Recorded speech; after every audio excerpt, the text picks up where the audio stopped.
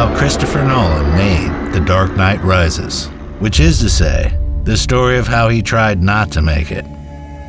The challenge for me was to really figure out the reason to take another trip to Gotham City and to invite the audience to take that with us. It's 2009. The Dark Knight is nominated for 8 Oscars, but the Academy declines to nominate it for Best Picture. How come comic book movies never get nominated? How can $1 billion be unsophisticated? I mean, here's a guy who put together this event movie, raised the bar of comic book films. The entire genre is in a whole new place thanks to him and his entire team, and all these nominations, but none for the director. It makes no sense. The snub is so loud that the Academy changes its own rules the following year and expands the Best Picture field from 5 films to 10. Because when Dark Knight did not get nominated in 2008, that was a huge problem. By any honest measure, Christopher Nolan has just made the best superhero film ever made. Look, listen. So naturally, Warner Brothers calls him about a third one. But Nolan respectfully declines. He's such an inventive writer. He doesn't like to go back over old material. He has a question he likes to ask anyone who brings it up.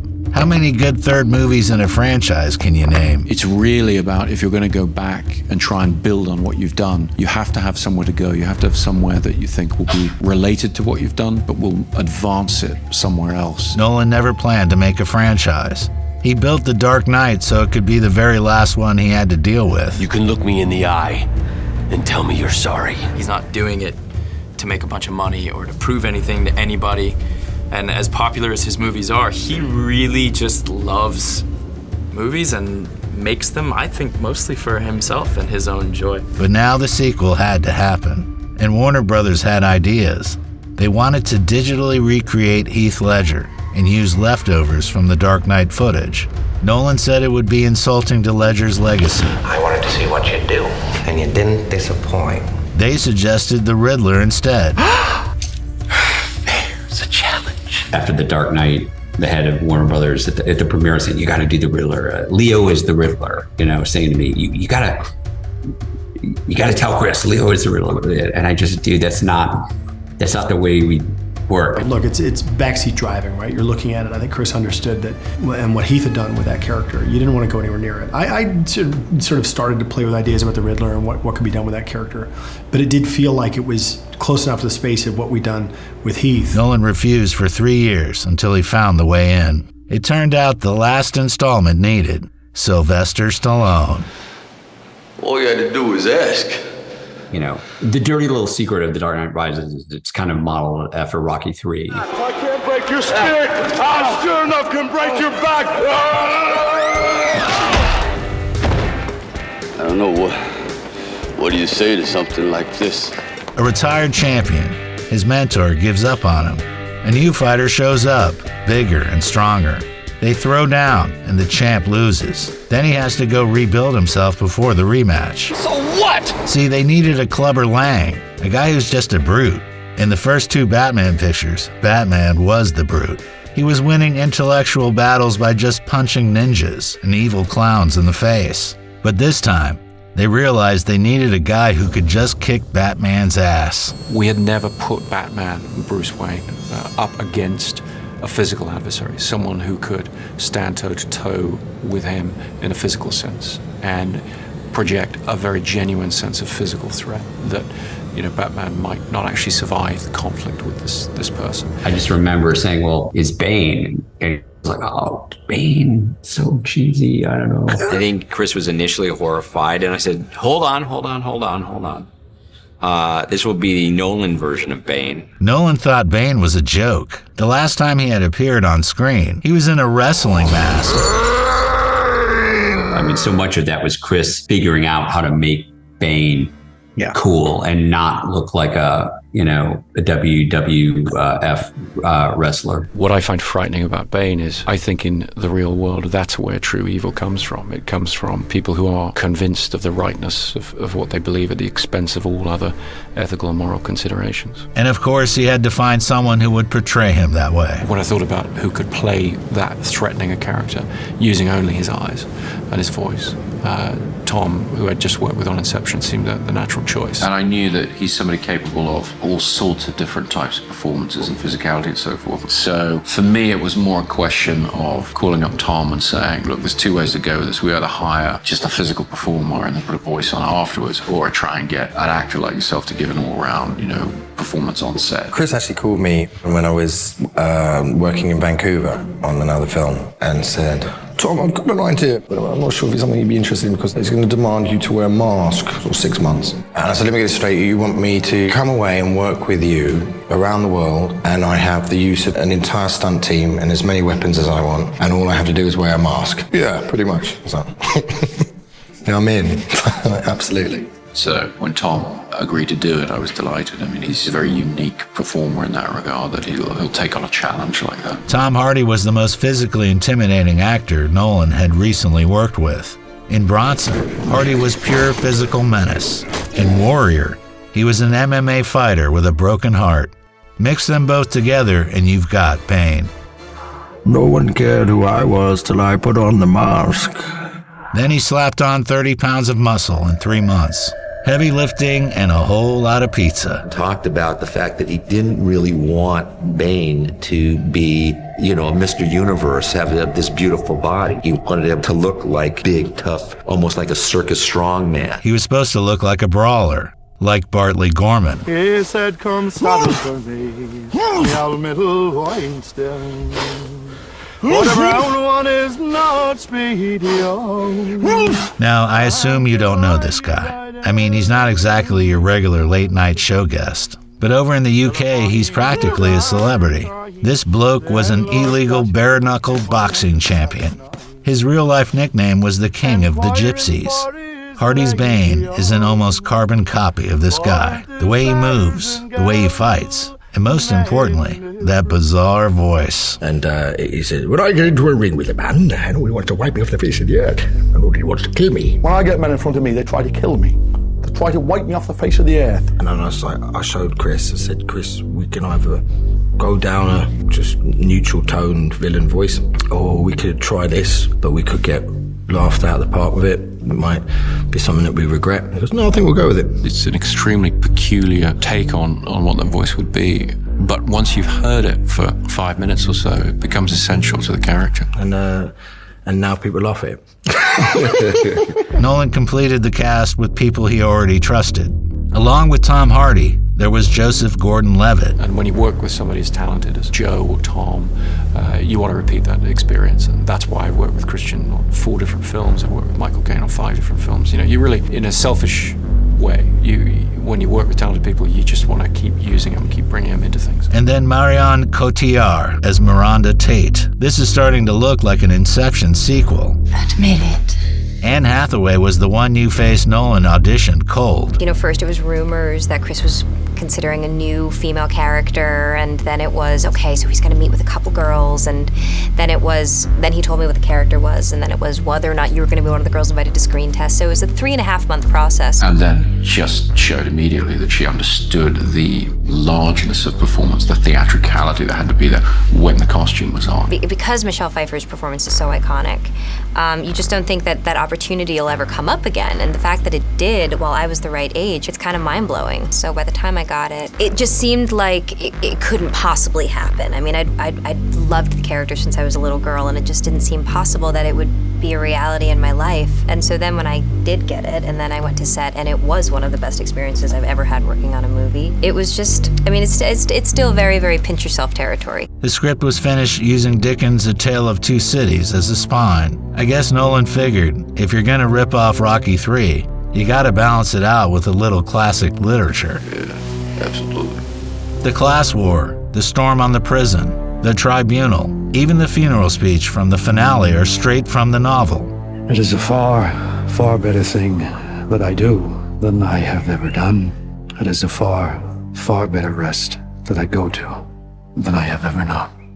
Once we'd really figured out where our story went, where it wound up, what Bruce's conclusion is, in a sense, then it became something I had to do and really wanted to show to the world. Right, I think one of the things I was excited about with The Dark Knight Rises was, okay, if you did this, this kind of urbane crime drama for the second film, The third one was, and we sort of find ourselves back in this space, it was a post-apocalyptic film. And so shifting genre and shifting the nature of the antagonist felt the way to take the audience on a different journey and tell them something different about Bruce Wayne. So Nolan finally had everything to finish the trilogy. But it's a third movie, so it's a given that everything had to be bigger and louder.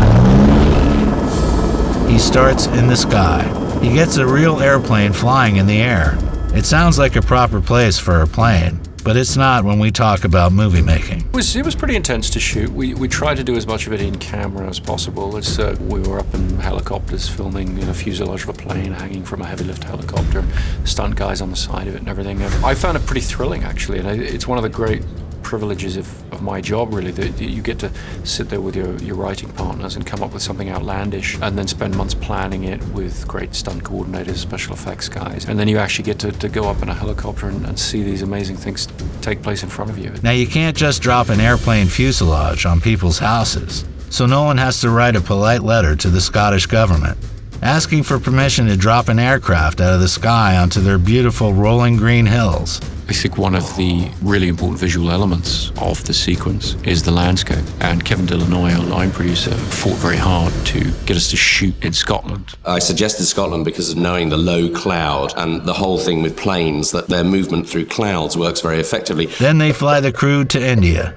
because Bruce Wayne gets his back broken by the king of the gypsies, and he's stuck in this terrible underground prison called the Pit. This pit is actually 3 different places stitched together. They got a soundstage for the inside. The tube, the shaft they climb up, we actually built that. Those are the kind of things people don't normally do as any kind of set. And so there are ways you can push the boundaries of what sets can do. For the outside, they use a 15th century fortress. And for the spiraling stairs, they go to an 8th century, 13-store deep step well in a tiny Indian village.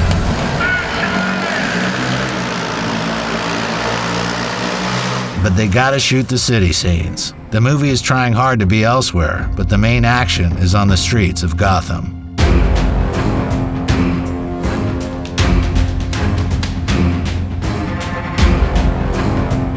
In the last movie, they used Chicago, but they shot almost every corner of it.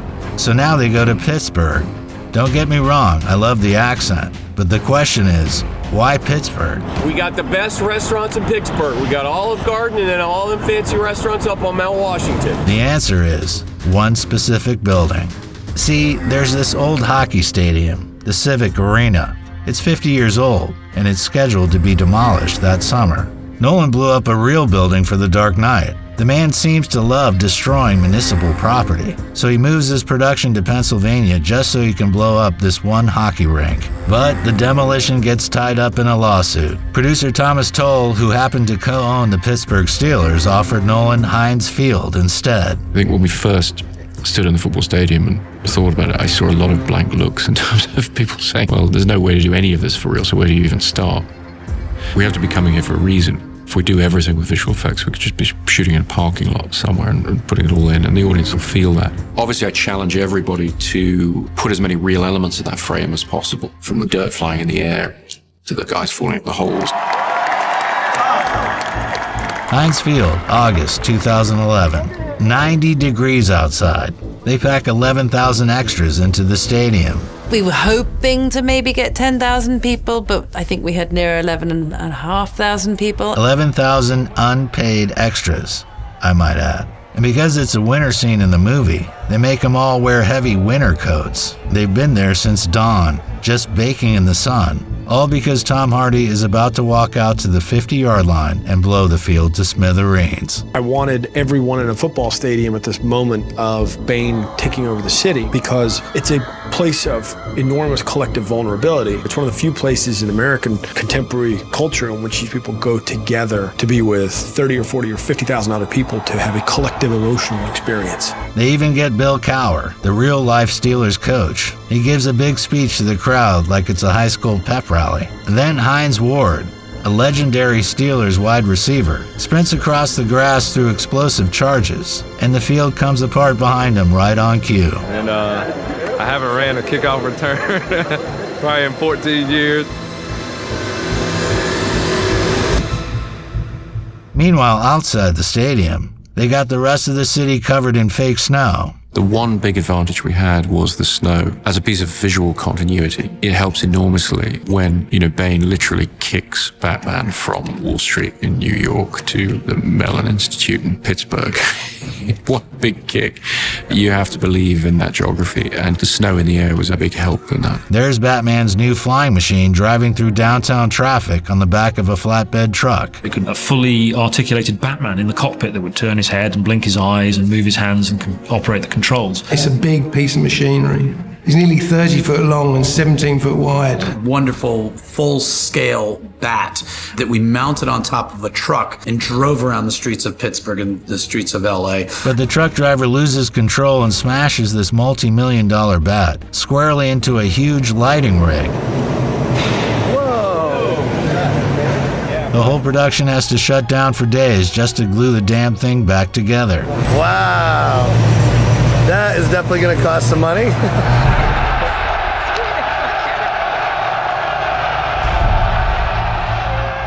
They get over 1,000 extras. They take over a whole city block in the financial district for 3 days. We really looked back to the silent era of motion pictures. Those guys really knew how to create production value and scale from just crowds of people. And it's something that really has not been done in a long time. So it raised a few eyebrows in a logistical sense. It's absolute chaos. A giant brawl. Hundreds of makeup artists and stunt guys running around in shifts to keep this mob organized. It was a huge amount of effort for the ADs, for the costume department, trying to get 1,000 people ready for the stunt department to be able to train that many people to fight convincingly, which is a very, very difficult thing to do. It was a very interesting moment for me when we first brought all of the police out. I had a lot of pressure on me in terms of, do you really need this many people, et cetera, et cetera. And I looked at them lined up and I said to Brandon, second AD, and gosh, it's not really enough. And then somebody said, oh, actually, that's just half of them. So I said, thank goodness. I was very relieved because it meant two things. It meant we had enough people to make the scene look great. It also meant we really did need those people.